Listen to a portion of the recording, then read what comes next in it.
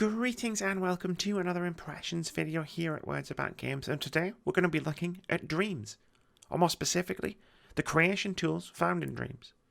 The words in this video weren't written by me, but rather by my good friend, who you can find over at youtube.com/elfdaughter. Go send her some love after you've watched this video. Over the past few years, there have been a handful of games that have aimed themselves towards the more artistically inclined gamers. Most of these have been very limited, either purely VR games or limited in their application, such as Tilt Brush that allows you to sculpt with paint in VR, or Floorscape for the PC that allows you to grow an environment using a rather limited palette of preset objects, lighting and foliage. Dreams is something entirely new. For an artist, this is a game that combines the ease of use of posing software like DAZ Studio with the high-end sculpting and landscape creation of expensive software like Vue.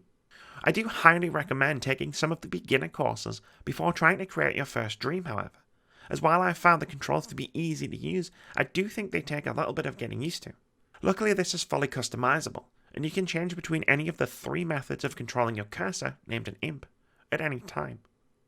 The three methods are standard controller, motion-enabled controller, or the move controllers if you have them, and I found myself coming back to the motion-enabled controller each time.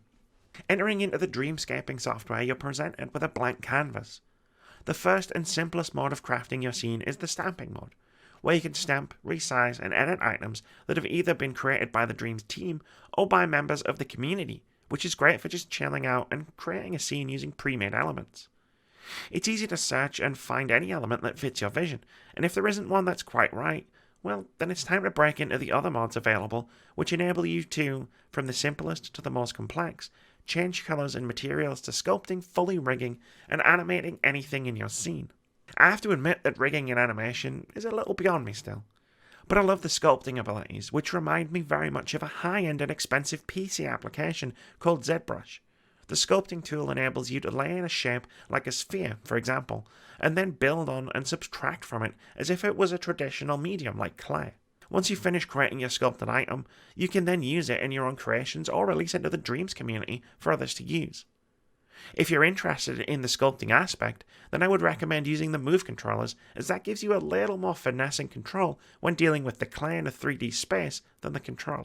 I feel that this software is perfectly aimed towards beginners to sculpting and scene creations, and for the intermediate hobbyists such as myself, it provides me with all the tools that I need. For all its pros, however, there are some cons, and certainly for photorealistic images, I would stick with my high-end PC software. Creating a highly detailed model, for example, does cause the system to lag, and, in one frustrating case, hang completely, forcing a full reboot which made me lose the model entirely. The control system, while intuitive in most cases, can get a little frustrating, particularly when my imp somehow manages to become lost and is floating off to one side. Holding down the options button returns it to its center, but it's still a little frustrating when it happens. There are a lot of button controls and shortcuts to remember, and while there are some excellent tutorials that guide you to where everything is and how to control it, I did find myself hunting through menus looking for a specific button a few times. However, in general, I found this to be a highly enjoyable method of creating art. Having sculpting and 3D landscaping experience behind me certainly helped me dive in and understand the tools a little quicker than most. But I feel they're intuitive enough that with the guidance provided by the interactive tutorials, which are clear, well written, and with good voice acting, anyone, no matter their experience or lack of it, can pick up a copy of Dreams and, within a couple of hours, have the first creation that they'll be proud of. Thanks very much for watching this video. If you enjoyed it or found it useful, consider sticking around here at Words About Games. Our content includes review impressions of games big and small, a weekly podcast dedicated to discussing the happenings in and around the games industry, weekly opinion videos, reactions, debate-driven top 5 and top 10 lists, a regular Hall of Fame series where we discuss our favourite games, and indie game spotlights. We also stream every Friday and Saturday at twitch.tv/wordsaboutgames. Most importantly, have a brilliant day.